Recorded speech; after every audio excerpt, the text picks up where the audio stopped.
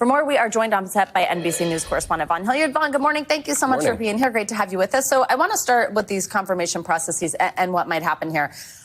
There's some bipartisan criticism of some of these picks, but walk us through exactly what would need to happen for any of them to be held up. I mean, how much power could Democrats, for example, really have to hold any of this up? Right. The confirmation process requires a simple majority in the U.S. Senate, and there's currently going to be 53 Republican senators. So theoretically, if you're looking to get confirmed, you could lose the support of every Democrat and then 3 Republican senators. But there's several of these individuals, Susan Collins, Lisa Murkowski, Mitch McConnell included, who may be roadblocks to some of these nominees. It's in large part why we saw Matt Gaetz, the attorney general picked by Donald Trump, ultimately take his name out of the running out of concerns that he wasn't going to be able to get those 51 votes. And if you were a Pete Hegseth or a Tulsi Gabbard or even a RFK, right, that is where some of the concern is, in some cases, bipartisan. And, you may, though, also like the labor secretary pick that Donald Trump put forward, may actually have the support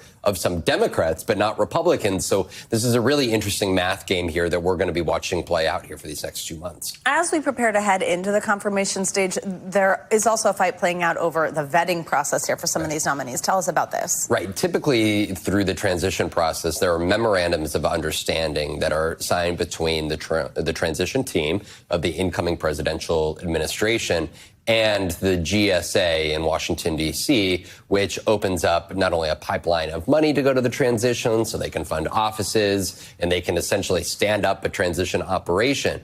But the other big part is ultimately FBI background checks and security clearances. And the Trump transition team right now, 3 weeks after his election, is still foregoing using the resources of the FBI background checks, which not only is of concern to senators up on Capitol Hill that are going to be the ones voting to confirm, but also there's questions like Pete Hegseth. He was named the Pentagon nominee, but it was in the days that followed that sexual assault allegation that came out from a Monterey police department in Colorado or in California. So this is where some of the concerns are about what the FBI may have on some of these individuals in their file that the Trump transition team doesn't know about, and senators up on Capitol Hill don't either. Vaughn, our viewers may remember something called Project 2025, something that the president had disavowed, the president-elect, I should say, had disavowed, but it's come into play a little bit here. Remind us what that is and what the connection is now, what we're seeing play out. Right. It was a 900-page book that was essentially a template for not only the what would be a Trump transition, but also a second Trump White House. And it was 900 pages that was authored by a litany of former Trump administration officials. And when it came out, Donald Trump tried to distance himself because polling suggested that Americans were not too fond of some of the policy proposals inside of it.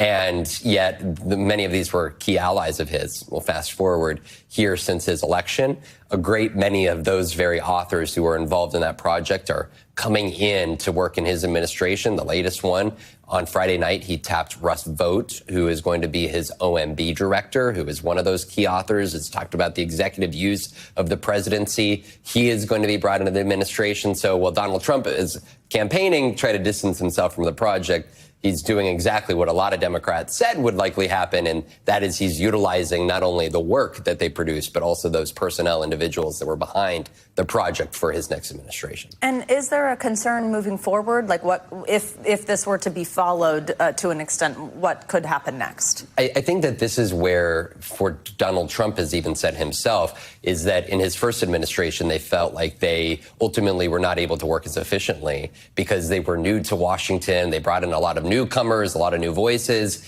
And the reason why Project 2025 could be so useful to him and his administration is that it is an outline of how each department and federal government agency can be more efficiently run. Essentially, it's an outline about how they can make use of their next 4 years in office more efficiently. And that is why, for Donald Trump, it could be very beneficial because it is an exact kind of an agenda of how they can go and actually get the work done that they've long campaigned and talked about.